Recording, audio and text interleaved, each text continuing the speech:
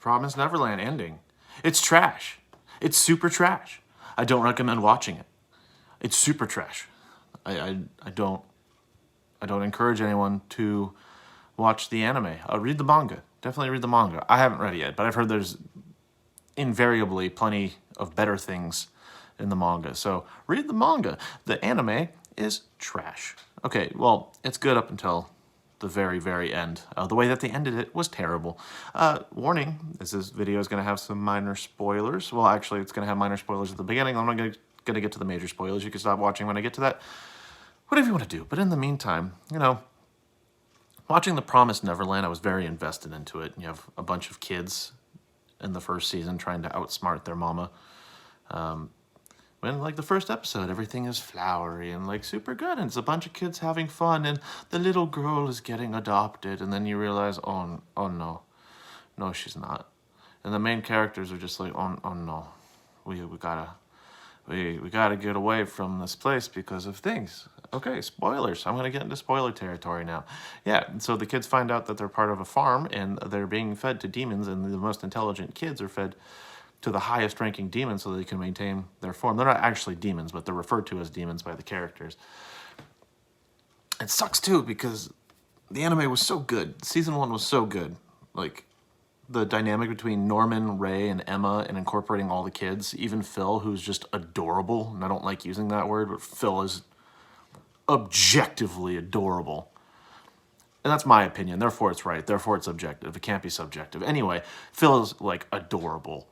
And, like, the first season, they're trying to outsmart their mama and escape from the farm. And then they do. And then the second season, they're trying to survive with the help of William Minerva, who is a name and that's just myth. And they're interpreting all these codes in the first season, figuring out a way to escape. And then they find shelters that can help them in their escape to be able to escape to the human world, because there's 2 different dimensions, or 2 different worlds, I should say. And, you know, William Minerva is super instrumental, and things get pretty good. But, like, the ending of the first season, or near the ending, is, like, Norman is the sacrifice to the demons. Except, plot twist, no, he isn't. No, he is not. Norman's my favorite character in the show. Like, Norman, and then Emma, and then Ray, but mainly because Ray, in the Japanese dub, so English sub, is voiced by the same person who voices Killua in Hunter x Hunter. So I like Ray by default, even though he's like, he has his hair covering his face, and he has like that emo boy look. He's just like, oh, I'm Ray. Oh, I love my friends. I want to escape with them. Emma and Norman are everything to me. Oh, they're everything. He doesn't do that, but if he did, I mean, he looks like he could do that, but he's just super intelligent. But Norman is my favorite character, and then he's adopted. He's meant to be a sacrifice, but then you find out he's part of the Lambda Project, and you see him reappear in season 2. And I remember watching that with my significant other and being like, what? Norman's alive. Oh, I was so happy about that. And there's so much to see. And then you find out Norman and the other test subjects who were part of the Lambda Project got sick. And I forgot who was in charge of the Lambda Project. He was so boring in the anime portrayal. I'm sure he's a lot better in the manga, but the anime portrayal, he was incredibly boring.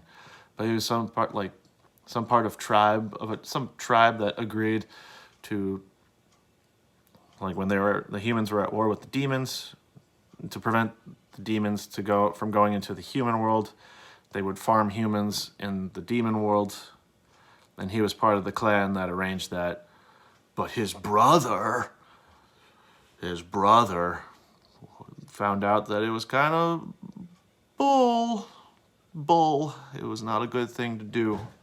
Anyway, so point being, Norman's back, and he comes up with this plan, and he raids one of the demon villages.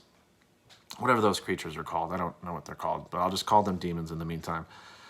Like, he raids it and gets them sick, and then, like, one of the best dynamics of the show is, even though Norman was tortured, he was, like, super scared at the prospect of killing something, especially something that he's felt so much resentment toward. Even though there's a process where Emma's just like, hey, they're not at fault, they're just trying to survive. And Norman, you're scared, you're a good kid, don't do this. And then Norman's just like, you're right. I'm still like incredibly brilliant. And then I'll be more upfront about things and not lie and strategize things with you, Emma. Because Emma, you're pretty cool. You're very straightforward and you have a very simplistic mind, but it has a good heart. You have such a good heart to change the world. Your heart is the greatest of hearts. Change the world. Save the children. Think about the children. So that was one of the most exciting parts because you find out like Norman and the rest of his crew are going to die unless they find a cure for their disease. I guess they find one. We never know. And at one point when the demons are about to escape to the human... No, not the demons, I'm sorry. The children are about to escape to the human world. One of the lesser demons goes up to a duke who's in front of his majesty and is just like, hey, something happened. And the duke is like, Nani? And we see nothing of them after that.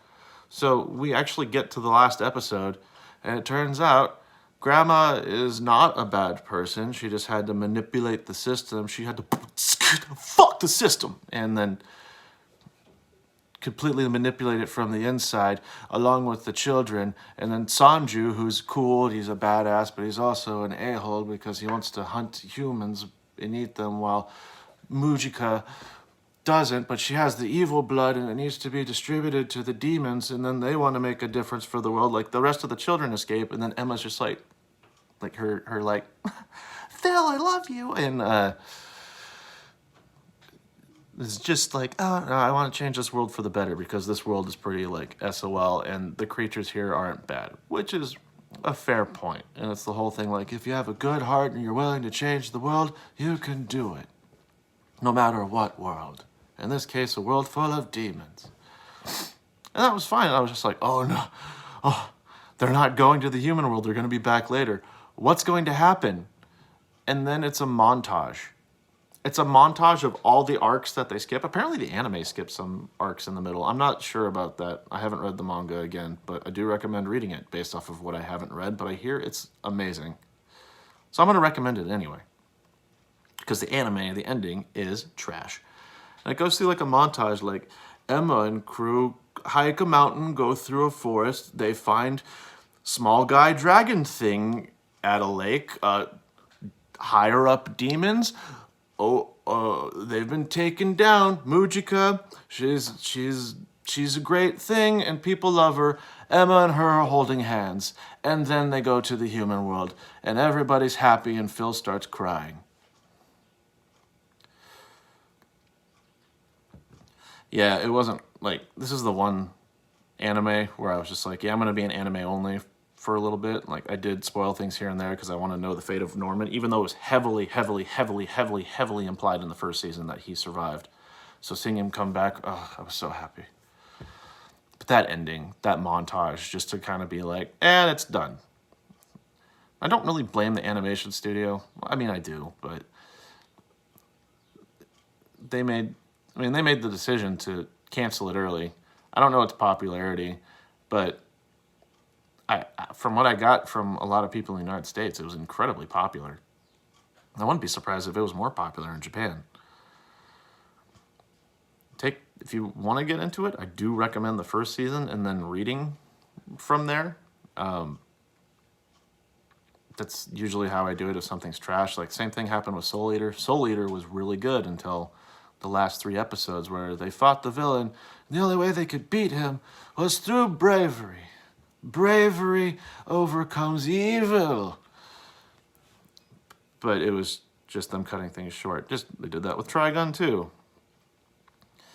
I don't know why they did this to the Promised Neverland. Like, it was a really good anime, really good voice acting, and they just messed it up at the end. So, no, don't watch it. At least don't watch the second season. Even if things get exciting, you will be disappointed in the end. And I don't want fans to get disappointed. I didn't even do my intro for this video. Well, that's cool.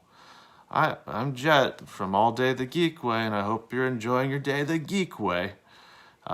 Even if that means criticizing animes that have really trash endings. In the meantime, see ya.